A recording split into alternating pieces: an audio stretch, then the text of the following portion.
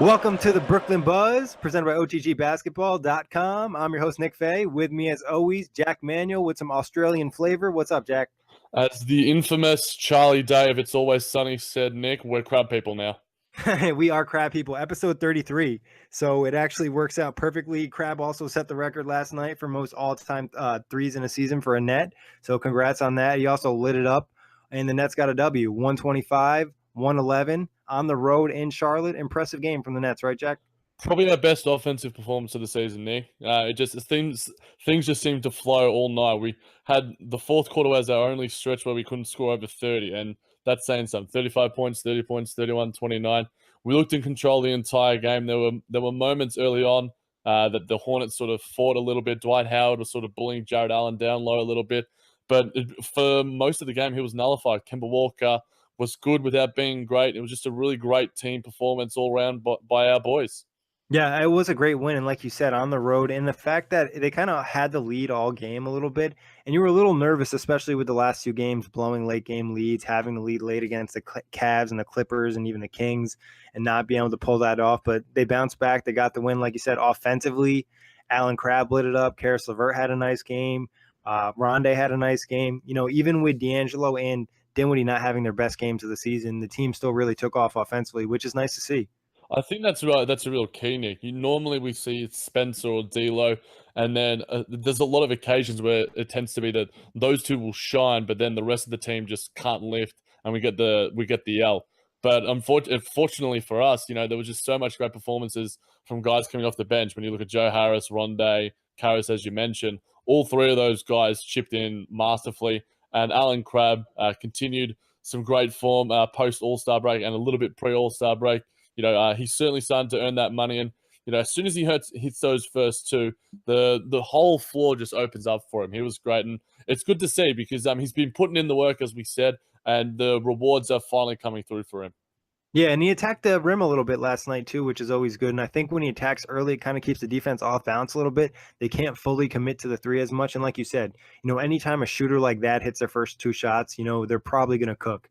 And when he's dropping games like this, 29 points, and he's really going to start attracting the defense a little bit more, the money isn't as bad. What do you think Crabbe needs to do the rest of the season for you to feel confident about him being a starter next year? Look, for me, it's about attacking, making that first one or two shots, or not forcing it, so to speak. He got some nice space from some nice screens of Jared Allen and Joe Harris, just giving him that extra foot. That first one he took, I think, or the first or second one he took, that was like 3 feet behind the line, so you could just tell his mentality was there. An 82 game stretch it's a long way to sort of stay engaged for the entire season, especially for a team like us. There's nothing really to play for other than really pride and making the Cavs a bit more upset. But for me, what I really liked last night, Nicholas Letourneau did a nice, obviously through Nets Daily, a nice little piece like breaking down his game inside the paint. A 3 of 4 shooting, so 75%. He was able to use his spacing from the perimeter to get inside and make some nice cuts and get some nice little dinkers and dumpers and, be a bit more physical. And I think that for us as a team, it sets the standard. And I think it was a really good sort of all-round performance from Alan Crabbe, not just, shooting lights out and, a huge stat that you mentioned earlier, Nick, but, he's making his game a lot more well-rounded than just being that sort of flat-out, top shooter that we saw in Portland. Now he's sort of getting a more complete offensive game, and it's nice to see. And the defense is good too, getting a block on a steal. Yeah, and I think that the key word was focus and engagement for him yesterday. Like you said, engaged offensively, attacking a little bit more, but defensively he did a good job in Batum early.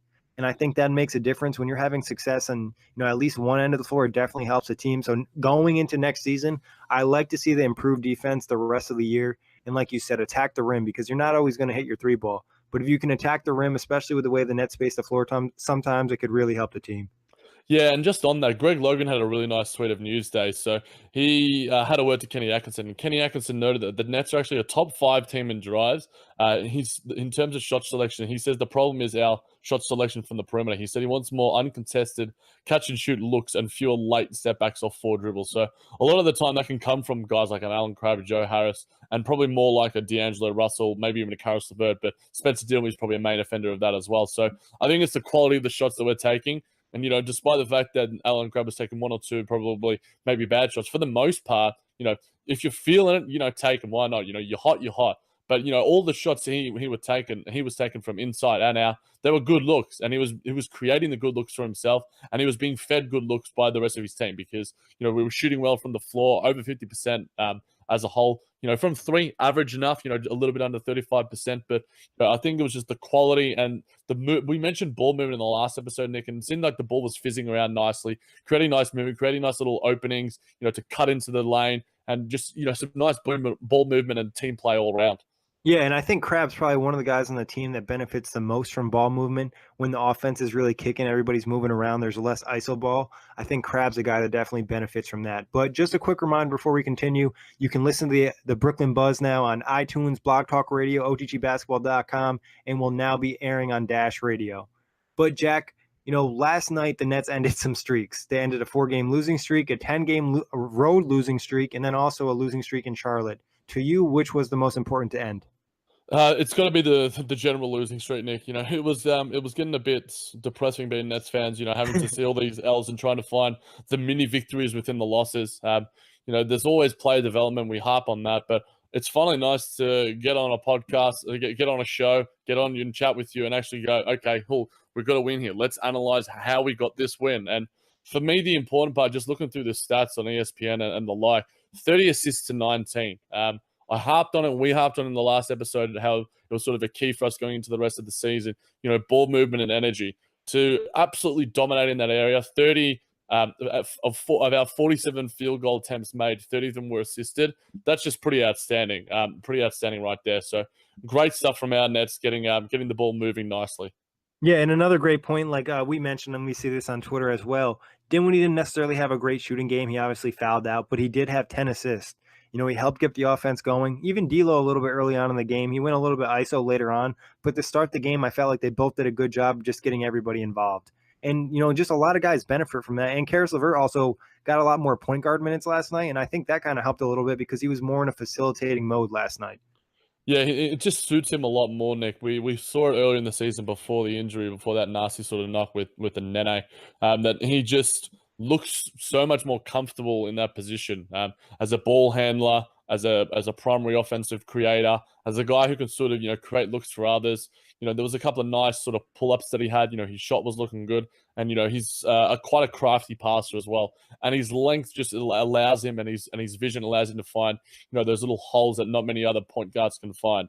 Another little stat that I really liked was in the fast break. We scored 13 fast break points to 0.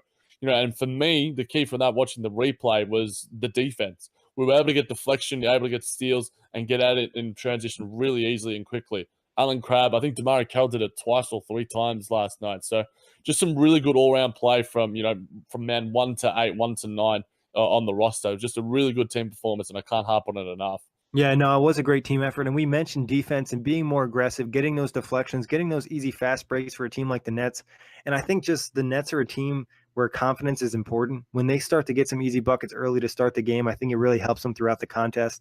And we saw that again last night. But to get back to LeVert, like you mentioned, the hit that he took from the Nene, he took a hit from Cody Zeller last night, and it really pissed him off. It was an elbow to the head. He kind of landed similar to what happened after the Nene incident, but he got up. He was pretty mad. He had something to say to Zeller. And then from that point on, he just really kicked it in the second half. 22 points, 8 assists, 4 rebounds. It's just a really good game from Caris LeVert. Yeah, this kid's just showing so many flashes, Nick. It's hard to put a ceiling on him.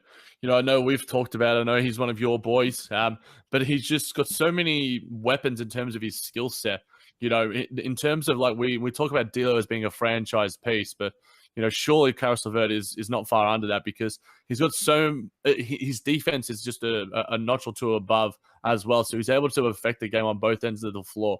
And he also is, as we mentioned earlier in the season, that partnership with Jared Allen as well, that sort of, unspoken chemistry, so to speak. I think Caris LeVert is just building and building. And, these are the sort of performances that we were coming to expect of him. And, when he's not performing to this level, he's at least able to use, his active defense, his passing game, his rebounding game.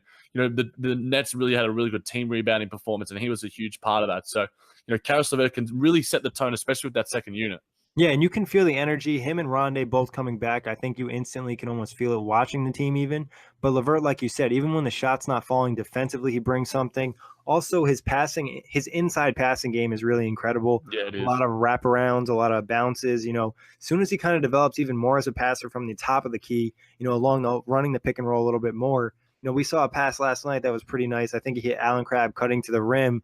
He's 6'7", lanky as hell, and Kemba Walker's guarding him. He's going to be able to see right over him, throw the ball right down the line to Crabbe, got the easy layup. I Yeah, got I think that's one thing. Sorry to cut you off, Nick. That we need to be quite excited about because D'Angelo Russell as well has this really. Yeah, it's all of us. It's a very different passing game. He's got this. He can whip it like cross court and cross perimeter, and it just like it's whipping around. Whereas Karras has that sort of finesse and that nice touch, sort of like if we're talking like a Leo sort of Messi style in his ability to sort of craft his way around. I'm pretty sure we've actually compared him to Leo Messi before, in terms of a soccer and football Oh, yeah, context. yeah, But yeah. yeah, so I think he's got, and the fact that via nets daily, he scored. This is Karis LeVert. He scored over 20 points twice in his last 3 games after doing so 3 times in his first 53 games of the season. So, he's certainly feeling no more ill effects, that's for sure. I think the fact that, you mentioned ceiling before, I don't know if anybody really considered him the possibility of being a 20-plus point scorer, but I think it's a possibility now with the fact his hesitation and if he refines that jump shot a little bit in the pull-up game and also the passing ability. Over his last 3 games, he's averaging 19 points a game, shooting over 51% from the field, 37% from 3, over 5 assists a game, over 4 rebounds, a steal, and all on 1.6 turnovers in 28 minutes. So, Yeah, I mean, that's big numbers efficiency-wise, too. That's similar to the numbers we saw from D'Angelo early in the season when he was really lighting it up. Obviously, there's just better shooting percentages in a smaller sample size, but you got to be excited about Karis LeVert. Yeah, both of those guys, there's just oodles to be excited about. I'm not sure if I've ever used that word in my life, but I'm glad it's going to be going on Dash Radio and every other platform. But 16 of his 22 points came in the second half, so he was certainly ready coming into that second half, sort of extending that lead. He was one of the guys with Allen Crabbe to sort of help set the scene, but he sort of led the way in terms of the second half. Shooting 8 of 15. Those 8 assists as well. He just fills it up. He can consistently flirt with the triple-double in terms of his ability now. As we mentioned, his passing game is very, very good. His, rebounding game is very good for a guard, bordering on, like, he's got the size of a wing. And, as that we mentioned, his shot might be one of his weaker areas, but it's certainly developed out of sight when we were talking about, in late October, early November, we said that, that was one of the things that, would eventually come. And as lo and behold, it has. And, it's not just necessarily the 3-point shot as well. D'Lo sort of takes these pull-up twos, and I think Karras is starting to look a little bit more confident with that, all around the floor. And he's quite good at getting to the line as well. He's able to get inside, and you mentioned those sort of nifty passes, but if he can create some moves around the rim as well, it's going to make him even more dangerous. Just overall, it's an offensive threat. His hesitation game is crazy. Yeah. We always talk about D'Angelo and Spencer with the pump fake game. Karras has a really nice hesitation game. Obviously, he's got a good fake game too. But like you said, I think going to the rim, he'll probably start to get a little bit more respect as well. We've seen some games this year where he's definitely been hacked and he didn't get the call, but continues to drive in there. And like you said as well, that mid-range jump shot will be a nice tool with the pick and roll. Also, we've seen him use a teardrop a little bit, which is nice. Yeah, definitely. Now, Nick, we can't go on further without talking about my boy, Joe Harris. Okay. So, Nets, I think it was the Glue Guys posted on their Twitter page about when is Joe Harris going to be getting the max. Now, I'm surprised that he's not on a max already, but has he been we talked a little bit about this off wax, but has he been our most consistent performer of the year? Now, you could chuck in maybe a Spencer Dinwiddie, maybe a Ron Ellis Jefferson before the injury. But for me, Joe Harris, night in, night out, maybe a bar a game or two, is giving you so much off the bench that he sort of is one of the guys that, you expect him to give you something, whether it's a few shots, whether it's some defense, whether it's some cutting.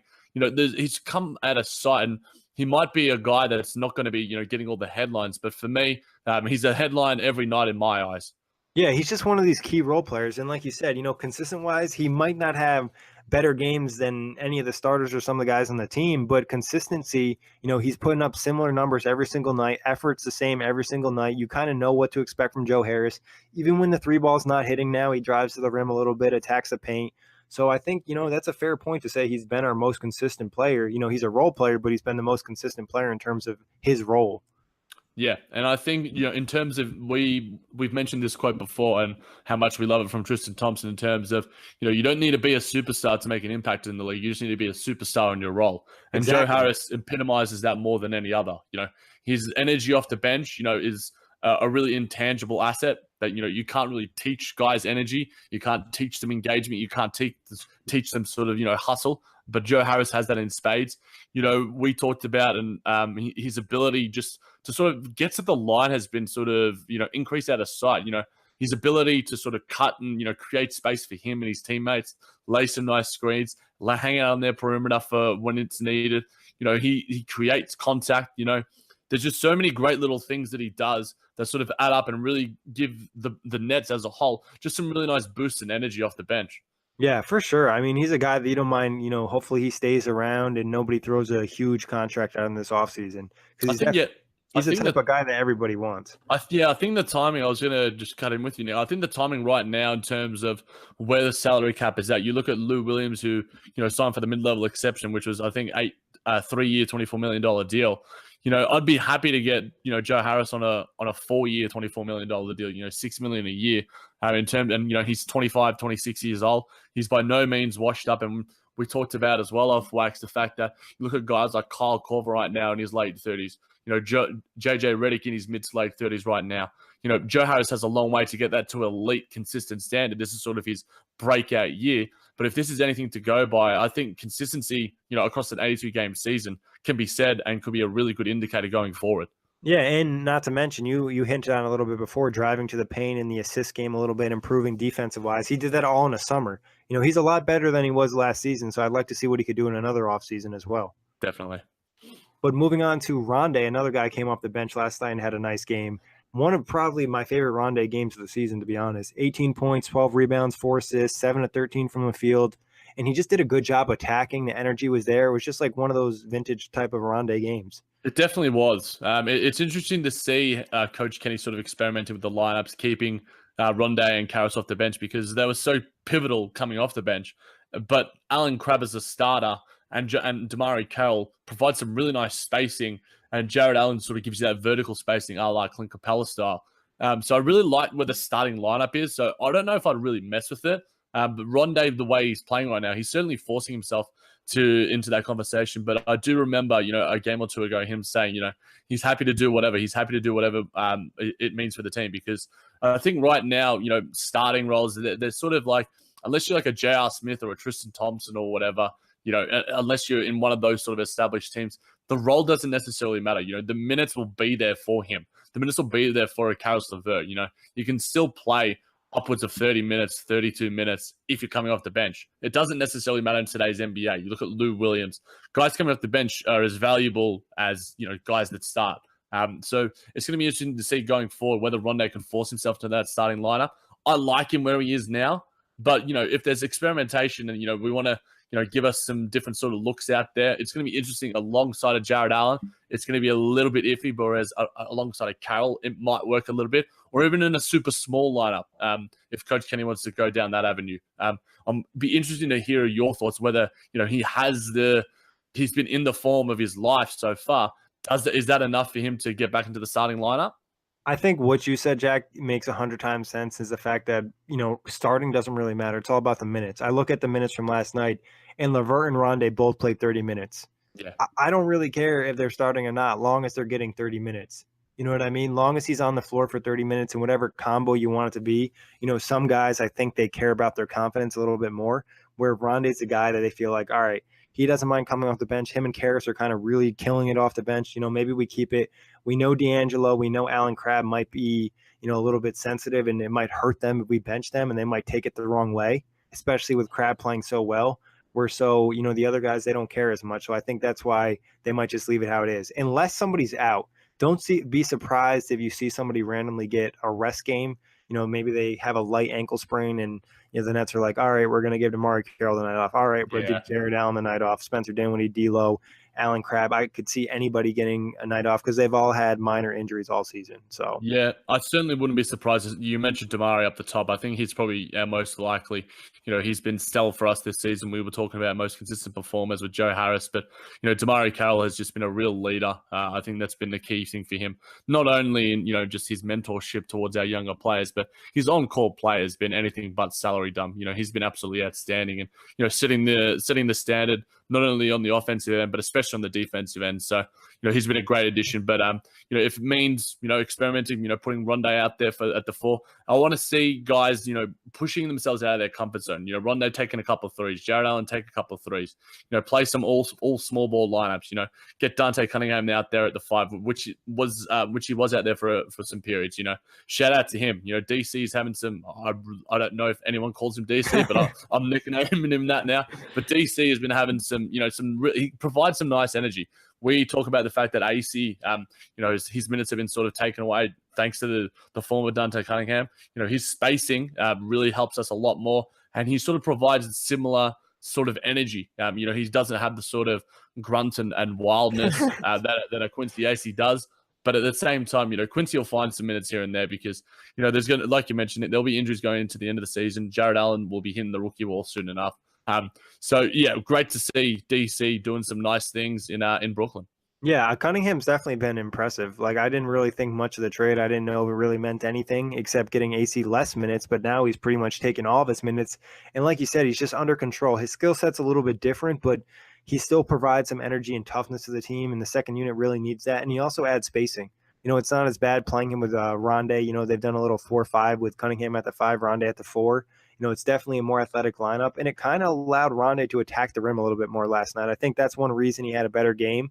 He was able to kind of just get back in the paint. I think he probably had maybe his best dunk of the season last night.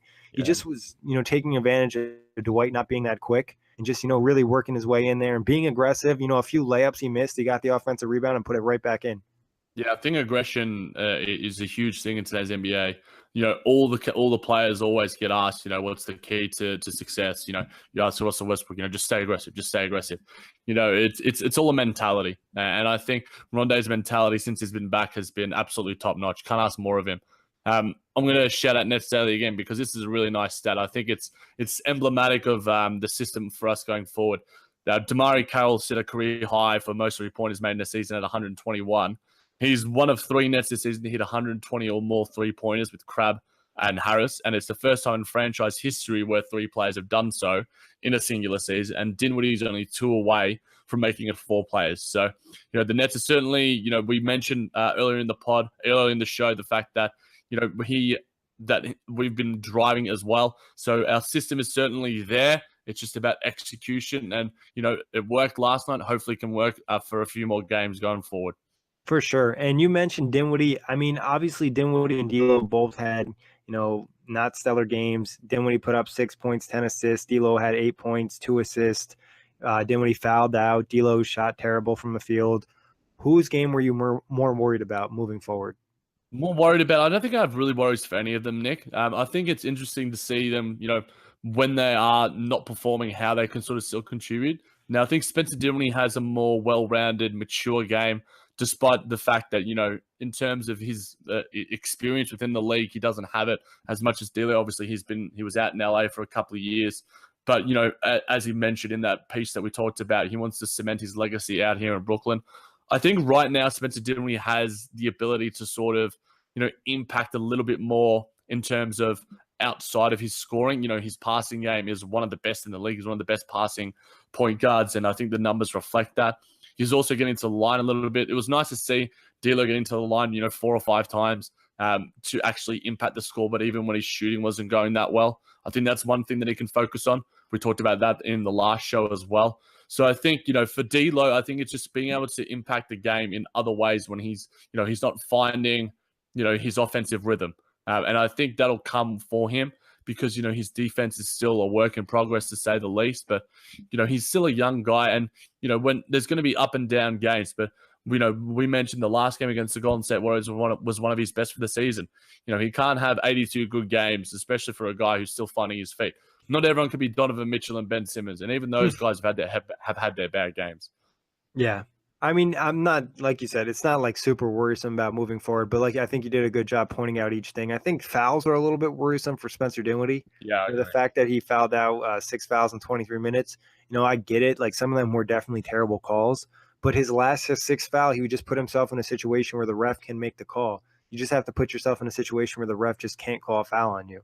He was messing around with Zeller, trying to grab around. I get it. Zeller's been setting illegal screens all night and really pissing off a lot of the Nets, but it's whatever. You just got to let it go. And like you said with D'Lo, just kind of impact the game in other ways. You can kind of see when his shot doesn't fall sometimes, where he's just not like into it. You can just see his energy is not super high. But when he's really engaged and he has the ball a lot, the energy level is definitely different. Yeah, and I think that comes with all young guys. I think, Nick, you're going around the league. It'd be hard to say sort of many sort of really mature, engaged heads. Now, I think it helps sort of seeing his teammates do well, and I don't think at the end of the night, you ask D'Lo how he felt about the night. I'm sure he'd be saying, we got the W. Who cares how I played? And I'm sure every player is like that. But D'Lo would obviously much rather be getting the W's than filling up the stat sheet. And right now, he didn't happen to fill up the stat sheet last night, but we got the win. And that's the important thing, and his teammates sort of backed him up. But he still was able to contribute, somewhat. Wasn't his best performance. But, I think other than the last game, he's had some really decent performances, especially in sort of the past 5 or 6, despite our losses. So, if D'Lo doesn't perform, but we get the W, I'll take that any day of the week. Yeah, he just needs to find the consistency. Like you said, it's one good game, one bad game, one good game, one bad game. He's not really finding his rhythm. And a lot of people have pointed this out on Twitter. Instead of really taking over and, feeling the energy, he's kind of trying to fit in with the team. And sometimes it's kind of throwing him out of his groove. Yeah, I think him and Spencer are definitely still finding their sort of partnership, how it works. And I think going into the postseason where we head into the next preseason, it's going to be interesting to sort of see how this experiment works. It's not necessarily an experiment because I would definitely like to see this going forward. And with Jeremy Lin back out on the court, sort of shooting some jumpers at practice and stuff. We've got 3 quality guards there, 3 NBA ready guards that sort of, not necessarily superstars and, Damian Lillard, Stephen Curry types, but all 3 of those guys have great potential. And, Jeremy Lin's already cemented himself as one of the best sort of 6-man and sort of, one of the better guards. We all saw Lin Stanley. We were all a part of that. But Spencer Dinwiddie has, come out of nowhere, was a fringe starter. And might I add, a Taco Bell Skills Challenge winner. But D'Lo as well, the sky's the limit for him. You just, like you said, consistency is the key. And I think it's a key across the board for our Nets because we seem engaged, but I think last night's performance was sort of, a really sort of good stepping stone for looking at the consistency across 4 quarters because we were really good for 4 quarters. Yeah, and I think you mentioned, the 3 guards. You could probably throw LeVert in there as a 4th guard. So that's what really makes it difficult for the Nets because I think we'd all agree it kind of seems like LeVert's at his best when he has the ball and he's running that pick and roll, and it's had good results on the team as well. So definitely decisions for the next Nets to make in the offseason, maybe trades or whatever, signings, a lot of stuff to talk about in that terms of that. But Jack, as always, thank you for hopping on. Thank you, everybody, for listening. And like I mentioned before, you can listen to Brooklyn Buzz on iTunes, Blog Talk Radio, OTGBasketball.com, and now Dash Radio.